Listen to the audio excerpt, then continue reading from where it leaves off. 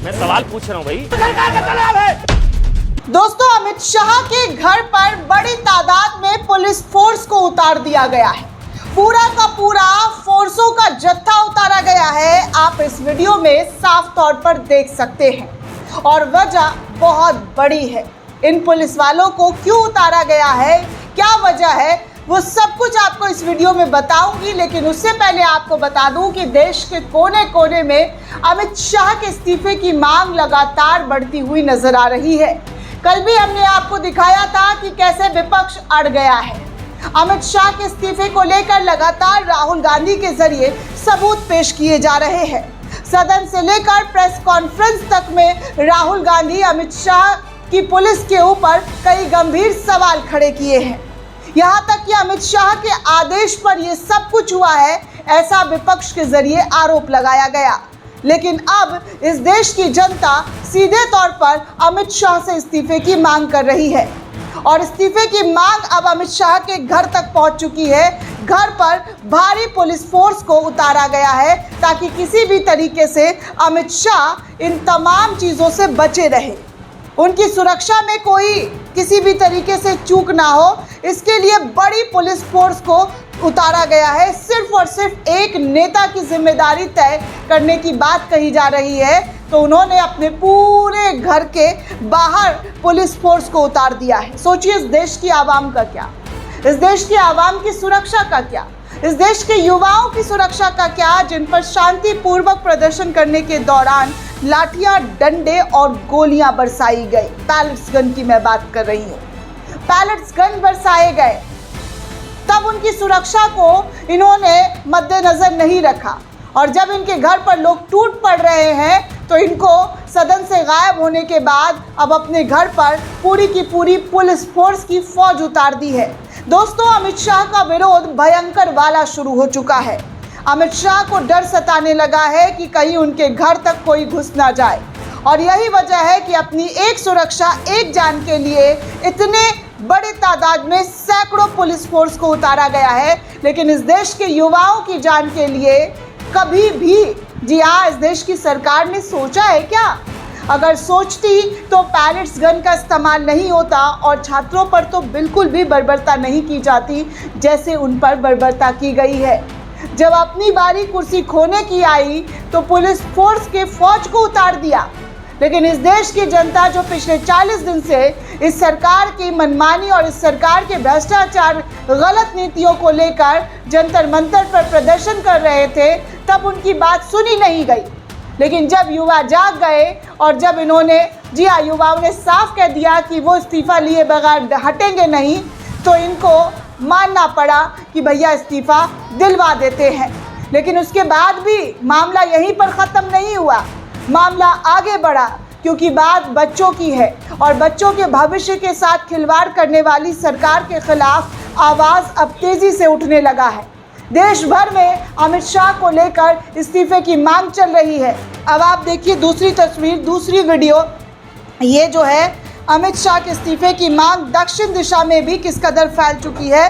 दक्षिण भारत के लोग कैसे अमित शाह के इस्तीफे की मांग कर रहे हैं और बड़े बड़े पोस्टर, बैनर लगाकर पुलिसिया दमनकारी वाली जो चीज़ें दिखाई दे रही है, जो बंदूक चलाया गया है छात्रों पर, उसको लेकर पोस्टर, बैनर लगाते हुए अमित शाह के रिज़ाइन की मांग की गई है। वो भी चौक चौराहे पर आप साफ तौर पर इस वीडियो में देख सकते हैं।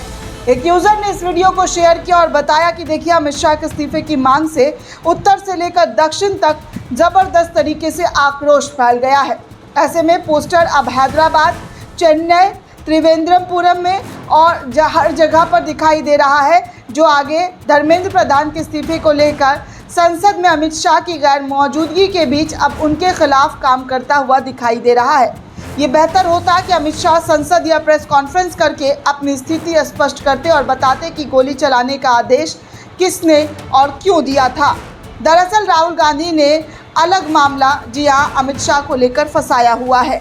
अमित शाह, जी हाँ, अगर अमित शाह कहेंगे कि हमने आदेश नहीं दिया तो अयोग्य साबित होंगे, अगर दिया तो उससे उनकी छवि पर बहुत बड़ा असर होगा। ये राहुल गांधी लगातार सवाल पूछ रहे हैं और जवाबदेही तय करने को कह रहे हैं। लेकिन अफसोस की बात, हमारी सरकार कैसे इन बड़े मुद्दों को नज़रअंदाज करके अपनी कुर्सी से चिपक कर बैठी हुई है और इसी कुर्सी की वजह से छात्रों का गुस्सा अब फूट पड़ा है। सड़कों पर भयंकर तादाद में भीड़ इकट्ठा हो रही है और अमित शाह के घर पर कूच करने की बात कर रही है, जिसको देखते हुए भारी पुलिस बल दिल्ली के अमित शाह के घर पर तैनात किए गए हैं। आगे दोस्तों आपको बता दूं कि कल अमित शाह का पत्रकारों के साथ वीडियो दिखाई दिया, जहां पर पत्रकार उनके पालतू नजर आते हुए दिखाई दिए। अब कई पत्रकारों का इस मामले पर सफाई दिया गया, जिसको लेकर अभिषेक शर्मा ने बोला कि कितना हास्यास्पद है। अमित शाह से मिलने वाले पत्रकार कह रहे हैं कि हम सिर्फ मुस्कुरा नहीं रहे थे बल्कि सवाल भी पूछा है। तो क्या कोई बता सकता है कि कौन से न्यूज़ चैनल की सुर्खियां में उनका बयान शामिल हुआ है? जी हाँ, जो सवाल पूछे गए हैं क्या उनमें से ये सवाल है, अगर एसडीएम ने पैलेट गन चलाने के आदेश दिए, हिंसा के आदेश दिए, तो क्या आपने एसडीएम से बातचीत की? दूसरा सवाल ये कि इतना बड़ा आयोजन, गोदी मीडिया लगातार पाकिस्तान, चाइना, बांग्लादेश कनेक्शन की बात कर रहा था, क्या पुख्ता जानकारी मिली है? अगर इतने बड़े एंटी नेशनल लिंक थे तो गृह मंत्री से दूर बगैर इन्वॉल्व हुए घटनाक्रम कैसे देखे जा रहे थे? क्या वजह है कि मणिपुर, पहलगाम, दिल्ली दंगों के कभी गृह मंत्री की जवाबदेही तय नहीं की जाती है? अगर विपक्ष सवाल उठा रहा है तो क्या उन्हें विपक्ष के सवालों का जवाब नहीं देना चाहिए? ये तमाम सवाल क्या उन पत्रकारों के जरिए देश के गृह मंत्री से पूछा गया जो कल उनके साथ घूमते टहलते हुए नजर आ रहे थे और कैसे सहमे हुए पालतू जैसे दिखाई दे रहे थे? और अब कह रहे कि सवाल पूछा। कौन सा सवाल पूछा भाई? कौन से न्यूज़ चैनल पर चल गया? कौन से न्यूज़ चैनल वाले ने बिग ब्रेकिंग न्यूज़ करके आपको दिखाया कि देखिए अमित शाह से इस पत्रकार ने इतना बड़ा सवाल पूछ लिया? आज तक इनकी हिम्मत नहीं होती है दोस्तों कि ये मोदी, शाह और बीजेपी के किसी नेता से सवाल पूछे। उल्टा चाटुकारिता करने के लिए जिस तरीके की हरकत की जाती है वो अक्सर देश और दुनिया देखता है, और पूरी दुनिया में भारतीय पत्रकारिता की जो थूथू है, जो फजीहत है, वो किसी से छुपी नहीं है। बाकी दोस्तों आपको एक और तस्वीर दिखाऊंगी जहां पर पूरे देश में प्रधानमंत्री नरेंद्र मोदी जी ने ऐलान किया था एक पेड़ माँ के नाम, लेकिन हजारों सैकड़ों पेड़ किसके लिए कटवाया जा रहा है, और जो माँ उसकी रक्षा करने के लिए सड़कों पर उतरी, वृक्ष को काटने से रोकने के लिए उतरी, तो उनको घसीटा जाना शुरू कर दिया गया। दरअसल दोस्तों बताया जा रहा है कि ये वीडियो मध्य प्रदेश के बुंदेलखंड का है, जहाँ छतरपुर जिले के अंदर, जी हाँ, यहाँ केन बेतवा लिंक परियोजना के विरोध में आदिवासी और किसान द्वारा किए जा रहे सत्याग्रह और अनशन चिंता का आंदोलन बन चुका है। लेकिन ये सरकार अपनी हठधर्मी के आगे किसी की सुनती नहीं है। ये मुद्दा सामाजिक कार्यकर्ता अमित भटनागर के नेतृत्व में प्रदर्शनकारी आदिवासियों के अधिकार, जमीन, जंगल और घरों को बचाव और उचित मुआवजे की मांग को लेकर प्रदर्शन किया जा रहा था। वीडियो में आप देख सकते हैं कि पुलिस सुरक्षा बल कैसे एक बूढ़ी मां को घसीटते हुए नजर आ रही है।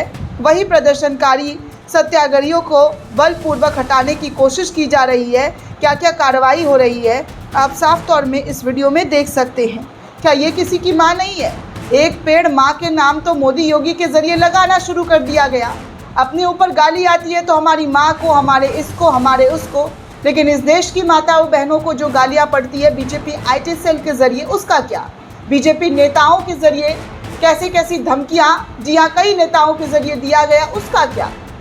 कभी सोचा है रुककर सिर्फ अपना गाना और देश को सुनाना कि हम जो है बेचारे हैं? लेकिन दोस्तों इनकी बेचारगी देश और दुनिया देख रहा है। बाकी आपको जाते जाते दिखा दूं तो ये चमन चोपड़ा है।